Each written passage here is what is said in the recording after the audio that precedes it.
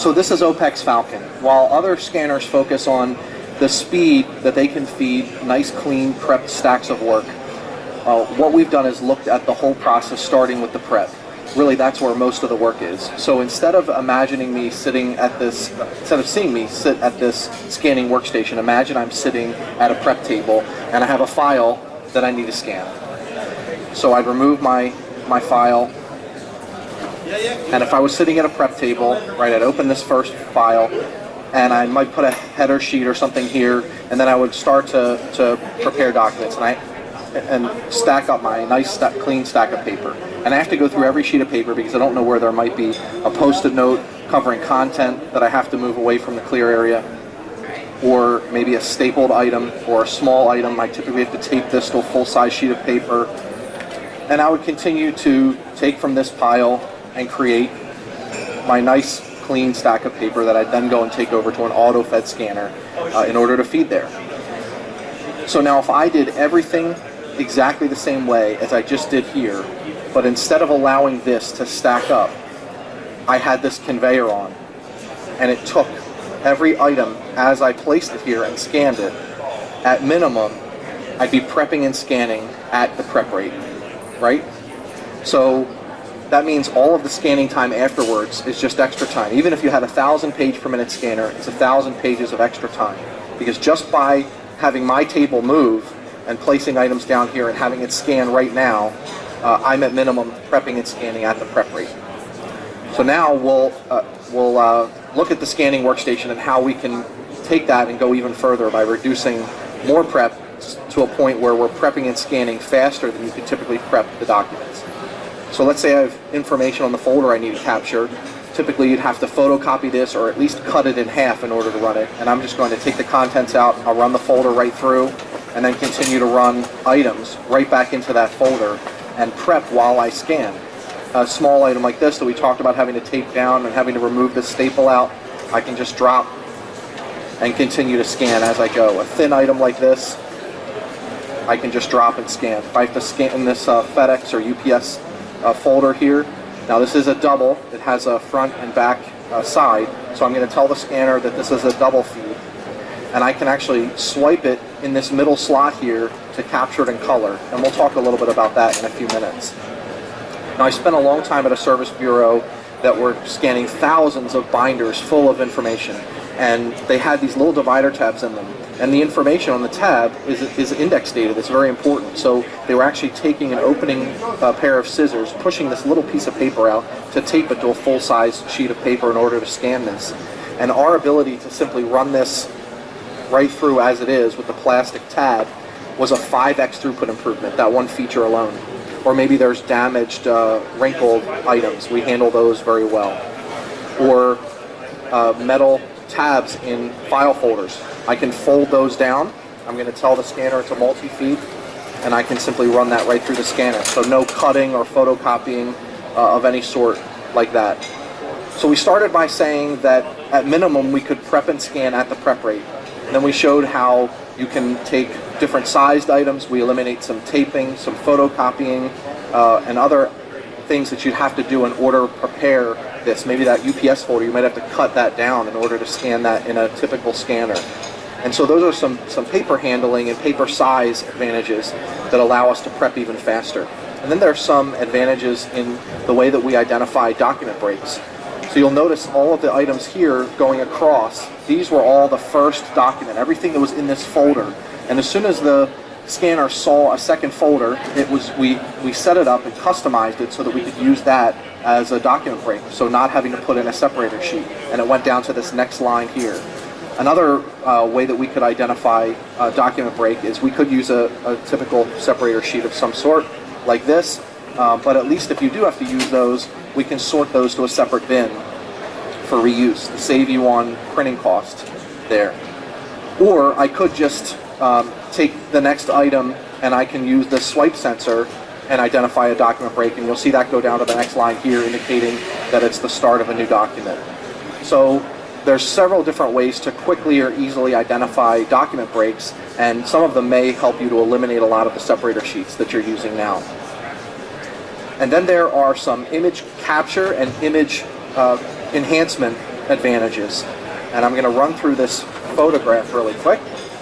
And what you'll notice is if we go back over some of the things that we scanned, they correspond to these buttons at the bottom. So this is all customizable to pay based on the type of work we have, but based on some of this media that I ran here, I've got some buttons here that correspond to the items that we've scanned. So folder, patch sheet, photo, ticket, black and white, color, transcript, divider tab. There's several different things here, and some of those the scanner can automatically identify and capture differently for those items. So for example, I ran this photograph through and it has this pink background color to it, which I can easily see corresponds to this photo page type button at the bottom here. So what happened is I ran that through, the scanner identified that that was a 4x6 sized item and it had color on it, and so we automatically captured it in color and identified it as a photo.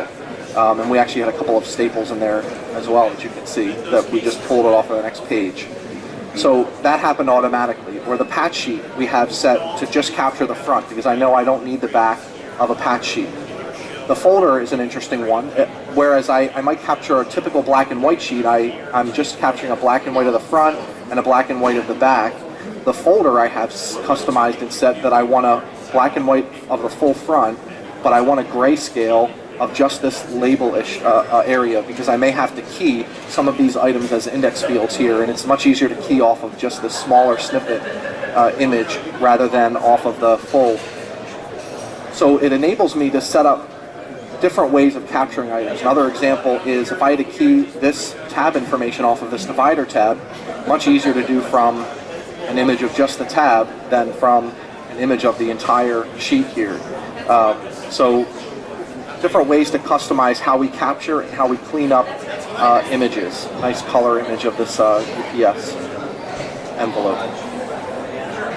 So we have some advantages there. Another way that this plays out and is valuable is there are a lot of jobs that require color scanning selectively on certain items, and so some people might use color detection, auto color detection for that.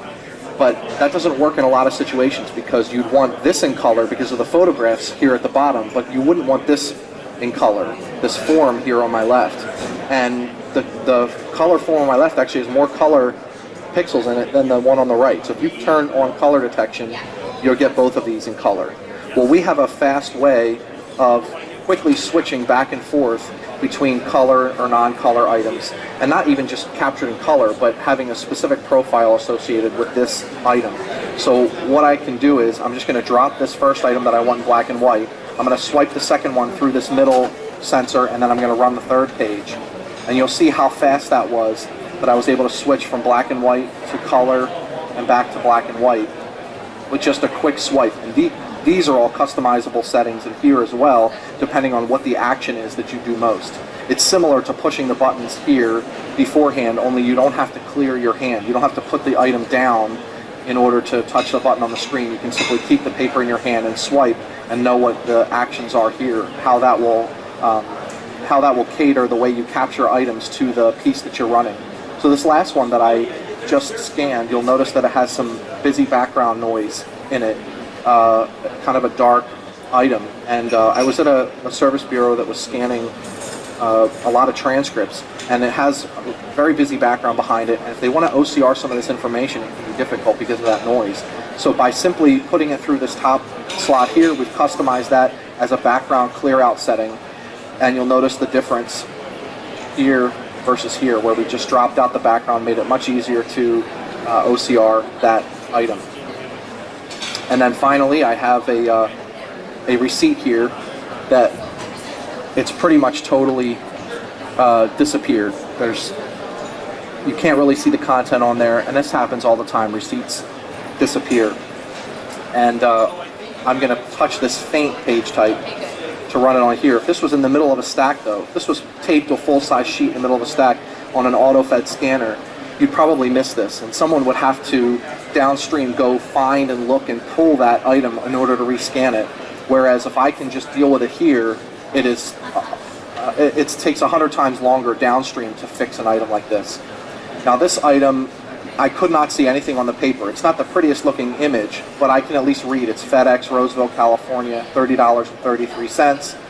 And I put a message at the bottom here that's not on the paper itself, but on the image here. It says poor quality original. And what that does is that indicates to my QC person or to my customer, if I'm a service bureau selling this image, that it wasn't that we gave you a poor image, it was that the paper was poor quality. So nobody's going to go and waste their time to go try to find this item in order to rescan it. So just to recap what we talked about, we started by saying at minimum we can prep and scan at your prep rate, and then we showed some paper handling advantages, some advantages in identifying document separations, and then some ways that we're saving additional prep or rescans downstream by applying different image capture settings or different image cleanup profiles to items to optimize the image capture of those different types of items. Now, if you do happen to have some clean work that's already prepped into nice stacks of paper, it's very rare in our experience, but if you do, we can also handle that and be able to feed those stacks just like a standard auto feed scanner. And you'll notice that as I'm feeding this stack through, that the conveyor stops and allows me to put additional stacks down on here to be able to feed. So I can fit several hundred sheets on here at one time in order to auto feed those. And if something were to happen, if I had a legal size, let's say that was folded or something that stopped it, I'm going to try to make it see an issue. I wouldn't want to have to move all three of these stacks, if I had 3 stacks on here, out of the way in order to get this piece back in order. It would come up here, and I'd simply take my double feed or whatever it was. From up here, I drop it in the slot into the proper order, maintaining the proper page order, touch the button, and it would continue auto-feeding those items there. So it enables us to combine prepping and scanning where that's most efficient and save a lot of the prep that's involved. And then at times where you do have clean work, things are already prepped, or need to just push volume through the scanner, we're able to do that too. Thanks.